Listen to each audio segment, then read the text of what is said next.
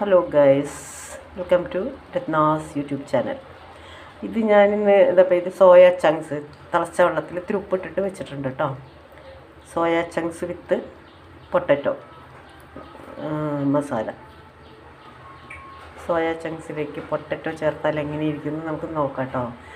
ഒരു ബീഫ് വെക്കണം, അതിനാണ് വെക്കാൻ പോകുന്നത്. അടിപൊളി ടേസ്റ്റ് ആയിരിക്കും. നിങ്ങൾ ഇതുമാതിരി സോയ ചങ്ക്സ് മിക്കവർക്കും ഇഷ്ടമില്ലാത്ത സാധനമാണ്. കാരണം അതിൻ്റെ ഒരു റോ ടേസ്റ്റാണ്, ഒരു എന്താ പറയുക, വല്ലാത്തൊരു ടേസ്റ്റാണ് അതിന്.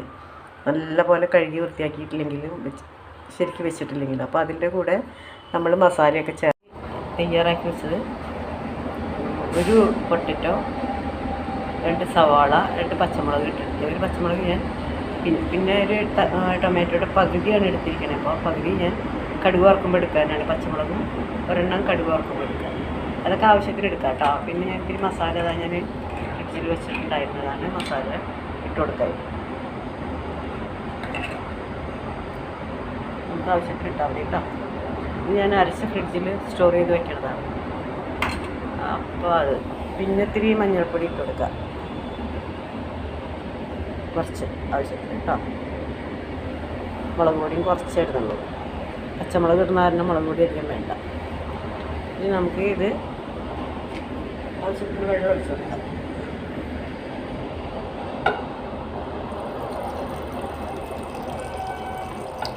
മതി. ആവശ്യത്തിനുള്ള വെള്ളം ഒഴിച്ച് കൊടുത്തു.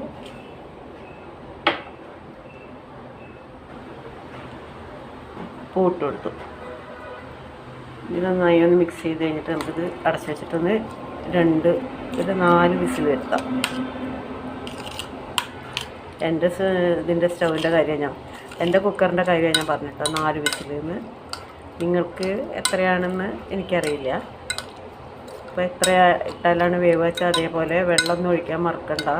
കുക്കർ ഉപയോഗിക്കുമ്പോൾ സൂക്ഷിച്ച് ഉപയോഗിക്കുക. നമ്മൾ നിസ്സാരമായെന്ന് കരുതണ്ട. അപ്പോൾ അപകടങ്ങൾ ഉണ്ടാവാൻ സാധ്യതയുണ്ടാവും. Okay, thank you. സോയയുടെ ചൂടൊക്കെ പോയിട്ടാണ് ഞാനിത് ഒരു 5-6 പ്രാവശ്യമായി കഴുകണം.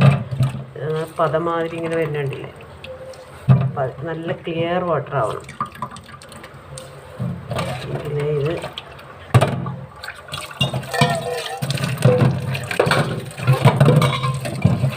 ഈ പ്രാവശ്യം ഇങ്ങനെ കഴുകിക്കൊണ്ടിരിക്കുന്നു കേട്ടോ. ഒരു 6-7 പ്രാവശ്യം കഴിക്കാനും കുഴപ്പമില്ല. എന്നാലേ അതിൻ്റെ ചുവ അങ്ങോട്ട് പോവുള്ളൂ. ഇങ്ങനെ ഓരോന്ന് ഇട്ടിട്ട് അല്ലെങ്കിൽ കഴുകാം, അല്ലെങ്കിൽ വെറുതെ ഇങ്ങനെ അമർത്തിയാൽ മതി. പതുക്കെ അമർത്തണം കേട്ടോ, അല്ലെങ്കിൽ പൊട്ടിപ്പോകും.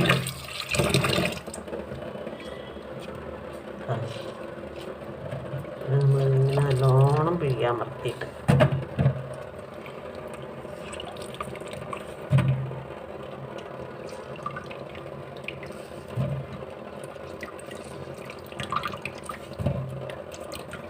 അപ്പോൾ ഇതാ ഉള്ളി ഞാനിട്ടത് നന്നായിട്ട് വെന്തിട്ടുണ്ട് കേട്ടോ. ഒക്കെ നന്നായി വെന്തിട്ടുണ്ട്. പിന്നെ ഉരുളക്കിഴങ്ങും വെന്തിട്ടുണ്ട്, എല്ലാം വെന്തിട്ടുണ്ട്. അപ്പോൾ നമുക്കിനി ഈ സോയ കഴുകി വൃത്തിയാക്കി വെച്ച സോയയിലേക്ക് ഇട്ട് കൊടുക്കാം. സോയ ഇട്ടിട്ട് ഒന്ന് ഇളക്കിയിട്ട് നമുക്കിത് ഒരു വിസിലോ അല്ലെങ്കിൽ 2 വിസിലോ, ഒരു വിസിലായാലും കുഴപ്പമില്ല കേട്ടോ. ഞാനിപ്പോൾ ഇതിൽ 2 വിസിൽ വരുത്തുന്നുണ്ട്. വെള്ളമൊന്നും ഒഴിച്ചു കൊടുക്കേണ്ട കാര്യമില്ല, ഇതിൽ വെള്ളമുണ്ട്. വെള്ളമൊക്കെ ഉണ്ടോ നോക്കണം കേട്ടോ. വെള്ളമൊക്കെ ഉണ്ടോ നോക്കിയിട്ട് വേണം നിങ്ങൾ വെച്ച് കൊടുക്കാൻ. അപ്പോൾ ഇനി ഇത് നമുക്കൊന്ന് 2 വിസിൽ വരട്ടെ. അപ്പോൾ അതാ ഞാൻ ഉള്ളി അരിഞ്ഞിട്ട് കടുക് വറുത്തു കേട്ടോ.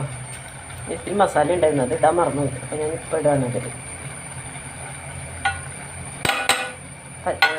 മസാല ഞാൻ പറഞ്ഞല്ലോ, പെരിഞ്ജീരകപ്പൊടി, സ്പൈസസ് എല്ലാം കൂടി പൊടിച്ചത്, മസാല, ഗ്രാമ്പു, പട്ട, ഏലക്ക, അങ്ങനെ എല്ലാം കൂടി പൊടിച്ചത്. പിന്നെ ഇട്ടത് കുരുമുളക് പൊടി, എല്ലാം കൂടി ഇട്ട് നന്നായിട്ട് വെന്തു. ചങ്ക്സ് നന്നായിട്ട് വെന്തിട്ടുണ്ട്. 2 സ്റ്റീമാണ് ഞാൻ വരുത്തിയത് കേട്ടോ. അപ്പോൾ ഇനിയൊന്നുമില്ല, പണി ഇത് കഴിഞ്ഞു. ഇന്ന് ടേസ്റ്റ് നോക്കണം, അത്രേ ഉള്ളൂ. കുറച്ച് മല്ലിയിലയും കൂടി ഇടാം നമുക്ക്. ഉപ്പുണ്ടോ നോക്കട്ടെ കേട്ടോ. ഉപ്പില്ല. അടിപൊളി ടേസ്റ്റ്. എനിക്കാ ടേസ്റ്റിനോ ഒന്നും പറയാനില്ല. ഇത് ചങ്ക്സ് ആണെന്ന് പറയില്ല ആരും. കൊണ്ട് പിള്ളേരെയൊക്കെ പറ്റിക്കാൻ നല്ലതാണ്. ബീഫ് വെച്ചിട്ടുണ്ടെന്ന് പറഞ്ഞ് കൊടുത്തു കഴിഞ്ഞാൽ ഒരു പ്ലേറ്റ് കാലിയാവുന്നത് അറിയില്ല. അത്രയും ടേസ്റ്റാണ്. എനിക്ക് അപ്പം ഉണ്ടാക്കാനുണ്ട്. അപ്പത്തിൻ്റെ കൂടെയാണ് ഞങ്ങളിത് കഴിക്കുന്നത്.